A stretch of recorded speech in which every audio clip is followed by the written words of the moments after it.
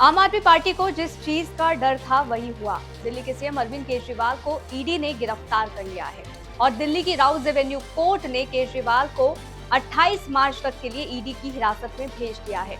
आपको बता दें कि आम आदमी पार्टी के मुखिया अरविंद केजरीवाल मुख्यमंत्री की कुर्सी पर रहते हुए जेल जाने वाले पहले नेता बन गए हैं। अरविंद केजरीवाल की शराब नीति से लेकर गिरफ्तारी तक, ईडी के समन से लेकर कोर्ट की सुनवाई तक, आज बड़ी बात में इस मामले के बारे में ए से लेकर जेड तक आपको बताएंगे। नमस्कार, आप देख रहे हैं रितम और मैं हूं आपके सामने सपना शर्मा। सबसे पहले आप सुनिए अरविंद केजरीवाल की पत्नी सुनीता केजरीवाल को। नमस्कार, मेरा नाम सुनीता केजरीवाल है। मैं अरविंद केजरीवाल जी की धर्मपत्नी हूँ। आपके बेटे और आपके भाई अरविंद केजरीवाल जी ने जेल से आपके लिए संदेश भेजा है। मेरे प्यारे देशवासियों, मुझे कल गिरफ्तार कर लिया गया। मैं अंदर रहूं या बाहर, हर पल देश की सेवा करता रहूंगा। मेरी जिंदगी का एक एक पल देश के लिए समर्पित है। मेरे शरीर का एक एक कतरा देश के लिए है। इस पृथ्वी पर मेरा जीवन ही संघर्ष के लिए हुआ है। आज तक बहुत संघर्ष किए, आगे भी मेरी जिंदगी में बड़े बड़े संघर्ष लिखे हैं। इसीलिए ये गिरफ्तारी मुझे अचंभित नहीं करती। आपसे मुझे बहुत प्यार मिला है। पिछले जन्म में जरूर मैंने बहुत पुण्य किए होंगे जो मैं भारत जैसे महान देश में पैदा हुआ। हमें मिलकर फिर से भारत को महान बनाना है, दुनिया का सबसे शक्तिशाली और नंबर 1 देश बनाना है।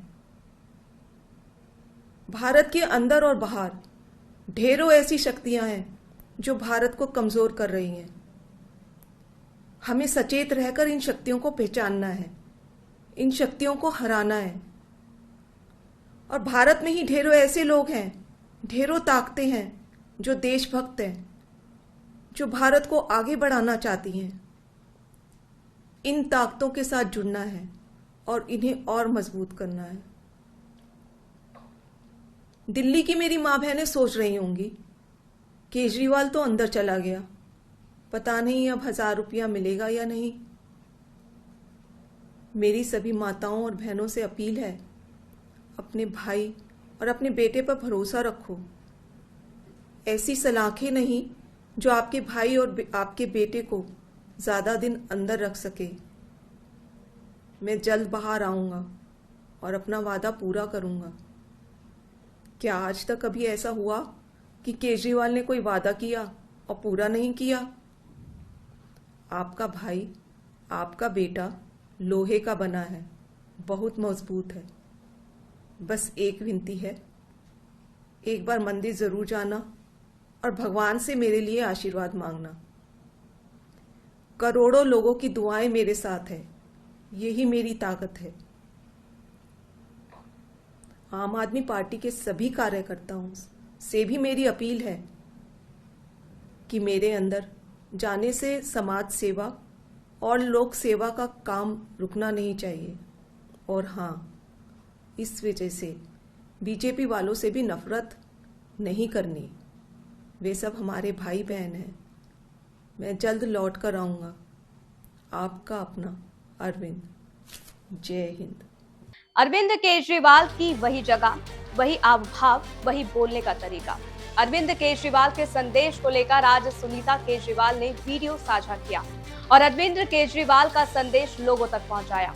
अच्छी बात भी है, लेकिन जिस तरह से सीएम की उसी कुर्सी पर बैठकर सुनीता केजरीवाल अरविंद केजरीवाल का संदेश पढ़ रही थी, जिस कुर्सी पर बैठकर अपनी बात देश के सामने अरविंद केजरीवाल रखते थे, उसके बाद से एक सुगबुगाहट दिल्ली की हवाओं में घूमने लगी है कि क्या अरविंद केजरीवाल की जगह उनकी पत्नी दिल्ली की मुख्यमंत्री के तौर पर नजर आने वाली हैं।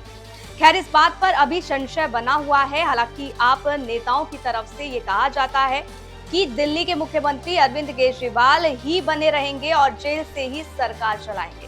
खैर, दिल्ली में राजनीतिक तौर पर क्या बदलाव देखने को मिलने वाले हैं, यह आने वाले वक्त में आपको पता चलेगा।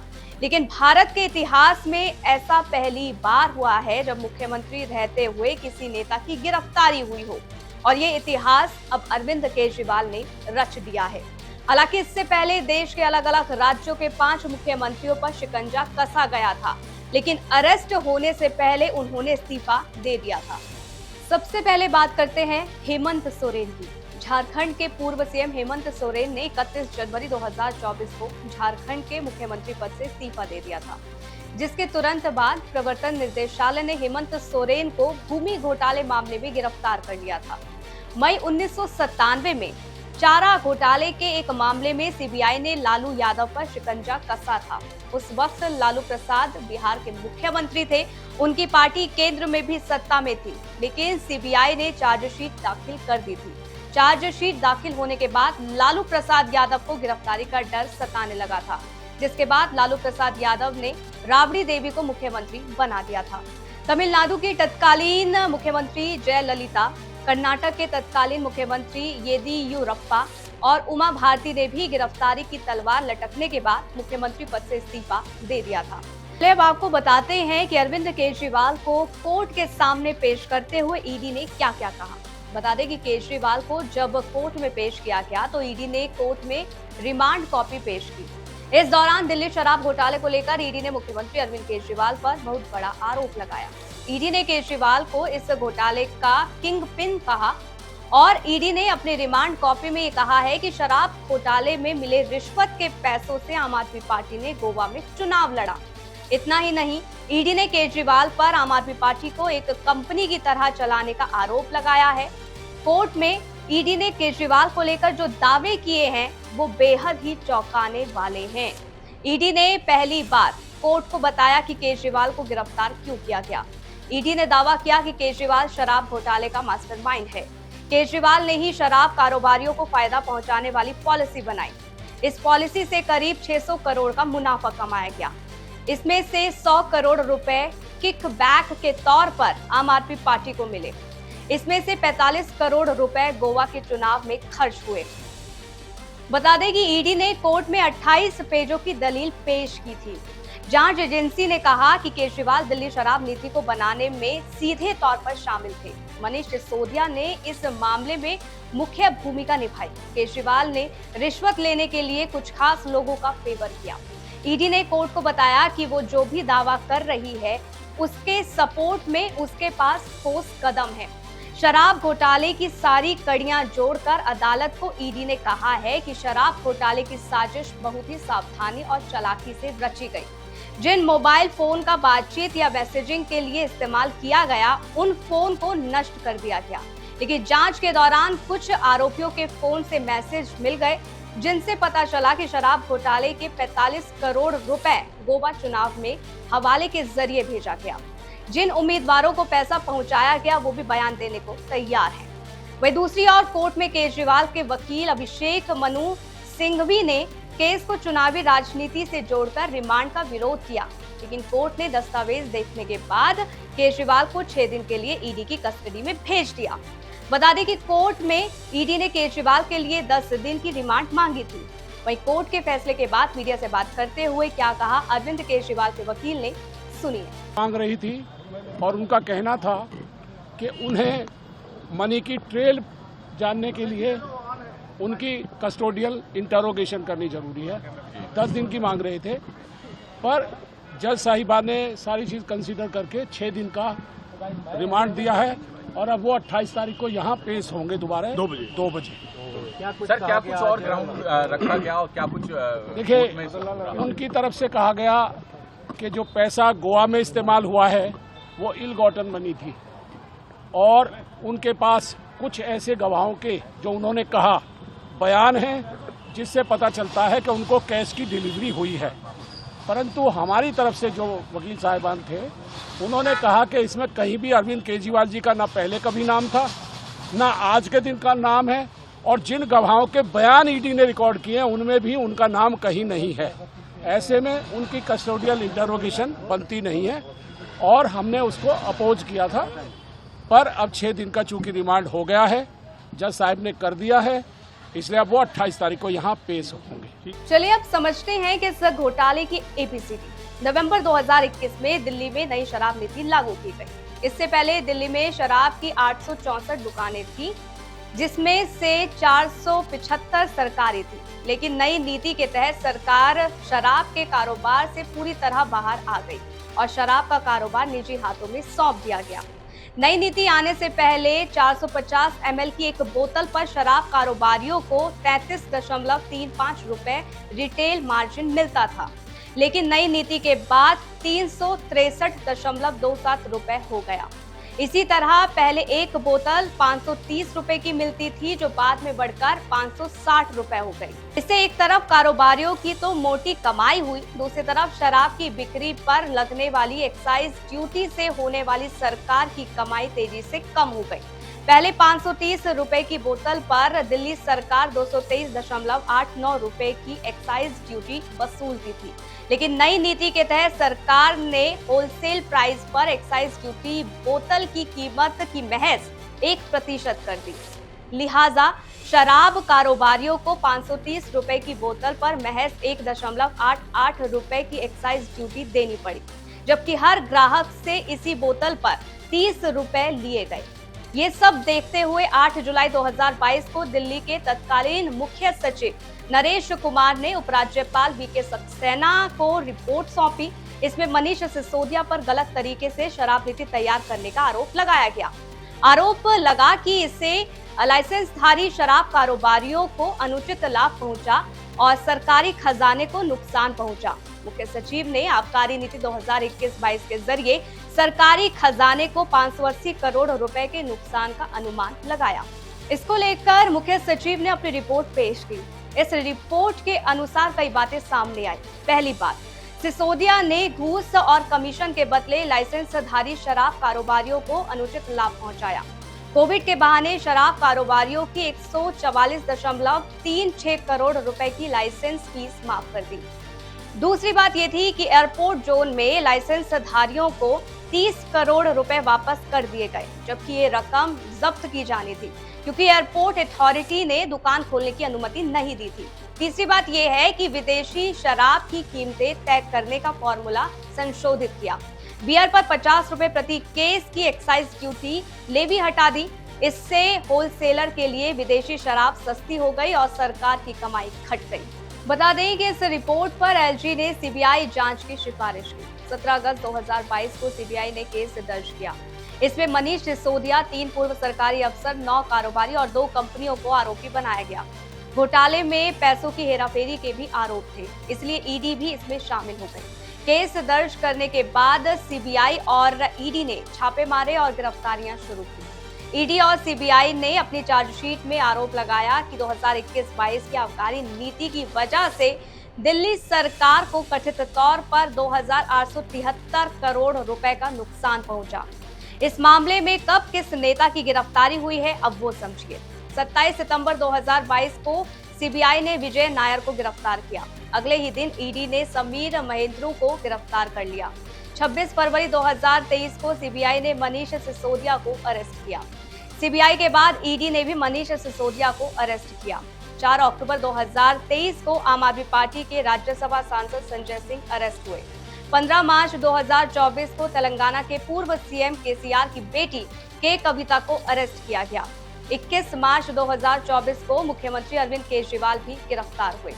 यानी इस मामले में कई बड़े चेहरों की गिरफ्तारी अभी तक हो चुकी है। आबकारी नीति लागू करते समय आम आदमी पार्टी ने ये नहीं सोचा होगा कि इस नीति के लागू करने से वो जबरदस्त फंस जाएंगे।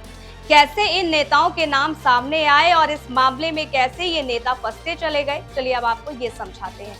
पहले बात करते हैं मनीष सिसोदिया की। पिछले साल 26 फरवरी को सीबीआई ने मनीष सिसोदिया को गिरफ्तार किया था। उन पर आबकारी मंत्री रहते हुए मनमाने और एक तरफा फैसले लेने का आरोप है। शराब घोटाले के आरोपी अमित अरोड़ा, दिनेश अरोड़ा और अर्जुन पांडे को सिसोदिया का करीबी माना जाता है। आरोप है कि तीनों ने सरकारी अफसरों की मदद से शराब कारोबारियों का पैसा इकट्ठा किया और दूसरी जगह डाइवर्ट किया। सीबीआई की एफआईआर के मुताबिक आपको बता दें कि अर्जुन पांडे ने शराब कारोबारी समीर महेंद्रू से 2 से 4 करोड़ रुपए लिए थे। ये रकम विजय नायर की ओर से ली गई थी। विजय नायर कुछ साल पहले तक आम आदमी पार्टी के कम्युनिकेशन इंचार्ज भी रहे हैं। अब संजय सिंह की बात करते हैं। ईडी ने पिछले साल 4 अक्टूबर को 10 घंटे की पूछताछ के बाद संजय सिंह को गिरफ्तार कर लिया। संजय सिंह की गिरफ्तारी के पीछे दिनेश अरोड़ा की गवाही अहम थी। दिनेश अरोड़ा ने बताया था कि मुख्यमंत्री अरविंद केजरीवाल से उनके घर पर उनकी मुलाकात हुई थी। इस मीटिंग में संजय सिंह भी थे। ईडी की चार्जशीट के मुताबिक दिनेश अरोड़ा सबसे पहले संजय सिंह से मिला था। मनीष सिसोदिया से उसकी मुलाकात अपने रेस्टोरेंट में हुई थी और आपको बता दें कि संजय सिंह के कहने पर अरोड़ा ने कई रेस्टोरेंट मालिकों से बात भी की। अरोड़ा ने दिल्ली चुनाव के लिए पार्टी फंड जुटाया और 32 लाख रुपए का चेक सिसोदिया को सौंपा। ईडी का दावा है कि इसके बदले संजय सिंह ने दिनेश अरोड़ा का एक मामला सुलझाया जो एक्साइज डिपार्टमेंट के पास पेंडिंग था। अब बात करेंगे के कविता की। ईडी ने 15 मार्च 2024 को के कविता को हैदराबाद से गिरफ्तार किया। ईडी का दावा है कि के कविता शराब कारोबारियों की साउथ ग्रुप लॉबी से जुड़ी हुई थी। साउथ ग्रुप की दिल्ली सरकार की 2021-22 की एक्साइज पॉलिसी में बड़ी और अहम भूमिका रही थी। आरोप है कि शराब घोटाले के आरोपी विजय नायर को कथित रूप से कम 100 करोड़ रुपए की रिश्वत साउथ ग्रुप से मिली थी। साउथ ग्रुप ने ये रिश्वत आम आदमी पार्टी के नेताओं को देने के लिए उसे दी थी। बता दें कि ईडी ने पहले अरुण रामचंद्रन पिल्लई को गिरफ्तार किया था। पिल्लई ने पूछताछ में बताया था कि कविता और आम आदमी पार्टी के बीच एक समझौता हुआ था। इसके तहत 100 करोड़ रुपए का लेन देन हुआ, जिससे कविता की कंपनी इंडो स्पिरिट्स को दिल्ली के शराब कारोबार में एंट्री मिली। पिछले साल फरवरी में सीबीआई ने अकाउंटेंट बुची बाबू गौरंतला को गिरफ्तार किया था। ईडी ने भी बुची बाबू से पूछताछ की थी और उसका बयान दर्ज किया था। पूछताछ से बुची बाबू ने बताया था कि के कविता दिल्ली के सीएम अरविंद केजरीवाल और पूर्व डिप्टी सीएम मनीष सिसोदिया के बीच राजनीतिक समझ थी। अब दिल्ली के सीएम अरविंद केजरीवाल के बारे में बताते हैं कि कैसे वो इस मामले में फंसते चले गए। ईडी की चार्जशीट में कई बार दिल्ली के सीएम अरविंद केजरीवाल का नाम सामने आया था। आरोप है कि जब ये एक्साइज पॉलिसी तैयार की गई थी तब कई आरोपी केजरीवाल के संपर्क में थे। बुची बाबू गौरंतला, दिनेश अरोड़ा की गवाही भी केजरीवाल के खिलाफ गई। ईडी का कहना है कि वाईएसआर कांग्रेस के सांसद मंगूटा श्रीनिवासुलु रेड्डी और केजरीवाल के बीच कई बैठकें हुई थी। सीएम केजरीवाल ने दिल्ली के शराब कारोबार में रेड्डी की एंट्री का स्वागत किया था।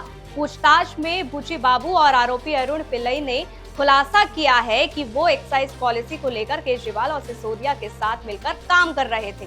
साथ ही आरोपी विजय नायर ने वीडियो कॉल के जरिए केजरीवाल और गिरफ्तार आरोपी समीर महेंद्रू की आपस में बात भी करवाई थी। इस दौरान केजरीवाल ने समीर से कहा था कि विजय उनका आदमी है और उन्हें उस पर भरोसा करना चाहिए। बता दें कि शराब नीति मामले में ईडी केजरीवाल को 9 बार समन जारी कर चुकी थी, लेकिन अरविंद केजरीवाल नहीं पहुंचे थे। केजरीवाल ने कहा था कि ये समन गैरकानूनी है।